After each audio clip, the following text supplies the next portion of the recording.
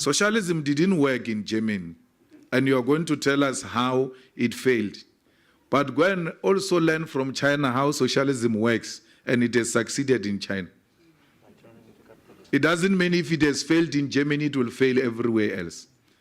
We're not Germans, we're South Africans. In China, they've got socialism with Chinese characteristics.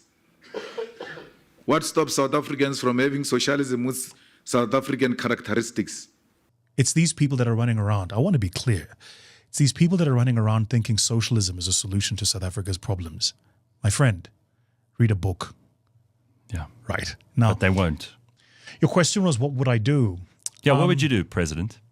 I don't know, man.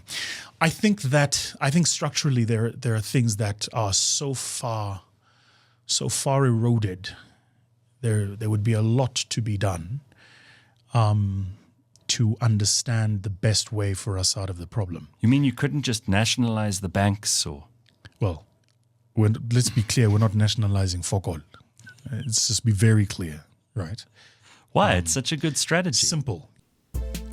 We are not nationalizing anything. Hello guys, how are you doing? Henry here from Success Inspiration Academy. So those are the words of Vusi Thembekwayo in a recent interview with Gareth Cliff. Gareth had asked him what he would do if he became president. Socialism obviously came up. It's a hot topic these days.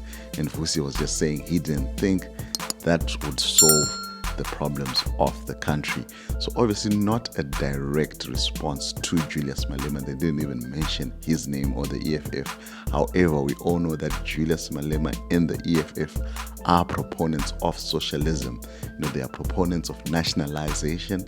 They want to nationalize banks, nationalize mines, nationalize land. So it's an important discourse to have, something to actually engage our minds in. So we're just going to do that in this video. And you know, Julius here was at the EFF's breakfast with the diplomats earlier on last month or so, and basically was responding to the German ambassador to South Africa, who said, hey, I'm from East Germany, we grew up, it was a socialist place and it didn't work out.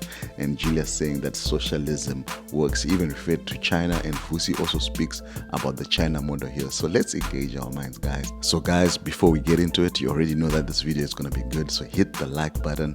Let's get this video to 500 likes. I'll tell you why you don't nationalize. No, seriously, answer me like you would for people who think that that's a great idea. You see, government is not a meritocratic institution. If it was, the Department of Home Affairs would have awards every year for the best performing clerk. They don't have them because they don't measure the performance of clerks at Home Affairs. The structure of government is not built for meritocracy. It's not built for remuneration based on performance. So the reason you don't take institutions that need to perform and give them to the government is because you're going to flog them with a management system that doesn't require of them to perform. This is why the minute you give anything to the state, they mismanage it. It's not because they wake up this morning going, how can I mismanage this thing? It's because there is no incentive built into the system to perform. Now, in the private markets, there is an incentive. It's called survival. You don't perform, you die. That's the way it works, right? And there is a limitation to how much capital you can raise and constantly underperform. Sooner or later, they're going to change the executive or the board, or the shareholders are going to shut you down. So there is a real existential threat to non-performance. So the reason you don't nationalize institutions that need to perform is because the way our government is built is not for it to be built on performance. There are those who will say, yes, but you know, in China, all right, let's go down this route. You know, in China, they have, you know, ports run by the government and mega cities, and they're doing exceptionally well. And look at their growth rate. Yes, that's true. Have you read any of the Communist Party manifestos? Have you watched any of the conferences that they publish online? Also, have you noticed that if a minister or a person who's put in charge of the port, for example, doesn't perform, he just disappears? Yes. But in addition to this, I mean, there's personal accountability at the most at the extreme highest level. Yes, but in addition to this, one of the things people don't know is that the CCP has a meritocratic institution of running promotions. It's not like the ANC. I want to be clear on this, and I say this with all the love and respect for our ruling party. They don't get voted in because they went to a conference and were able to convince other people to vote them in. In addition to that, there is an actual system of monitoring your performance. What you just described is a popularity contest. Yes, but they have a system where they go, this is a scorecard. Gareth, we gave you to run this port. How many jobs did you create? Were you profitable? How much economic value did you create in that region? And they will compare Gareth to Vusi and Mark and everybody else. And they'll go, in addition to him being popular, he's also the best candidate. This is why a friend of mine very popularly once said, if Barack Obama grew up in China, he wouldn't have been president, because he didn't go through the system and hierarchy of performing at different levels to get to the place where Xi Jinping can perform. So you can't use China because they're an outlier. They have very clearly built performance into the system of government. That's why today you drive a Val and you use a Huawei and all the rest of these things, and they'll go, yes, those are all companies funded by the Chinese government. Yes, that understands capital markets and funding and profitability, and they hired the best people for the jobs. They didn't take their friends and say, well, you can have that tender to go do the watering thing. Oh no, there's no water. People are striking now. Damn it. But we gave the tender to, yes. Yeah, so where the Chinese government pay lip service to communism. Yes. And perform meritocracy. A meritocratic system of government, yes. Our government pays lip service. Very badly and communistically, but they give lip service to merit. Yeah, right. So it's perverse. So there it is, guys. Vusi Thembekwayo's reasoning as to why socialism and nationalism would not work, especially with the current state of affairs, right? And he said that in China it works because there is accountability, because it's a system based on merit. Someone gets promoted on the basis of merit, and that's how they get to keep that government job. So now we see Havals all over the streets. They are government-funded companies. However, it's because it's a merit-based system. So Vusi also goes on to say that, okay, we don't anything that is pure is going to be toxic. That's what he goes on to say. And let's also hear what Julias Malema says in line with that. So guys, man, if you're getting any value so far, man, hit that subscribe button if you enjoy this type of content. Now, I said this to somebody on Twitter the other day. It's 2023. We shouldn't be having arguments over naked isms. Capitalism in its purest form is toxic. So too is socialism. You need a blend of these things. But what you need is a leader who knows what the blend is. A leader who knows where to have true state capital and where to have private markets, free markets, and create the space for these things to happen. Learning from Germany, what worked, what did not work. Take the good things, leave the bad things.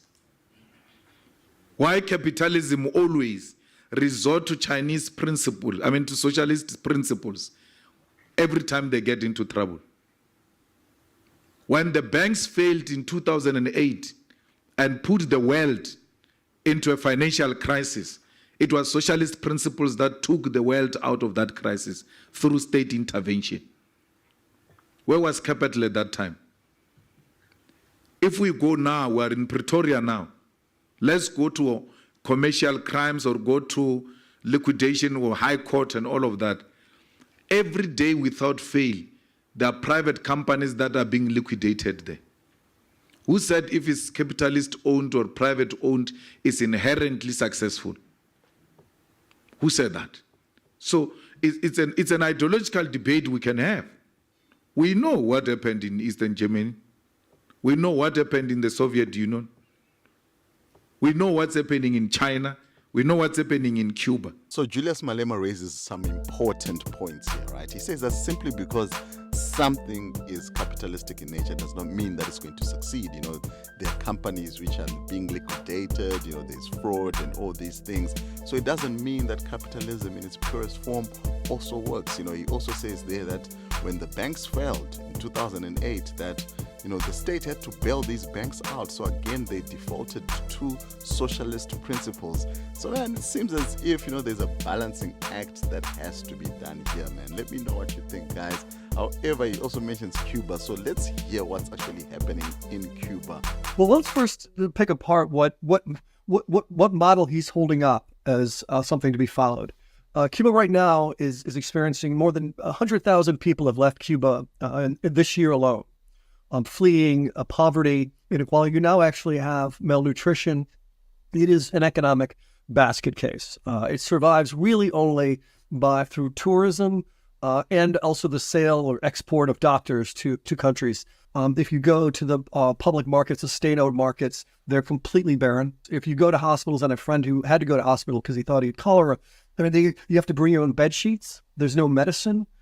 They like to blame the U.S. embargo for this, but that isn't true because they can actually buy medicines and equipment. It is really just about the failure of supply. What its successful model is if you're an autocratic leader who wants to remain in power forever, that's the way you do it. Fidel Castro stormed into the Capitol January 1st, 1959, and he was in power until he resigned, I think around mid-2000s. And then his brother took over, and his brother still is pulling the strings from behind. So it's a successful dictatorial model. It's not a successful economic model. So guys, that's from the Biz News channel, guys. You can go check out the full video. However, let me know what you think. Do you agree with the professor? Is socialism just a vehicle for dictators to maintain their power or to get into power? What is it exactly? And does it help the community at large? Let me know what you think.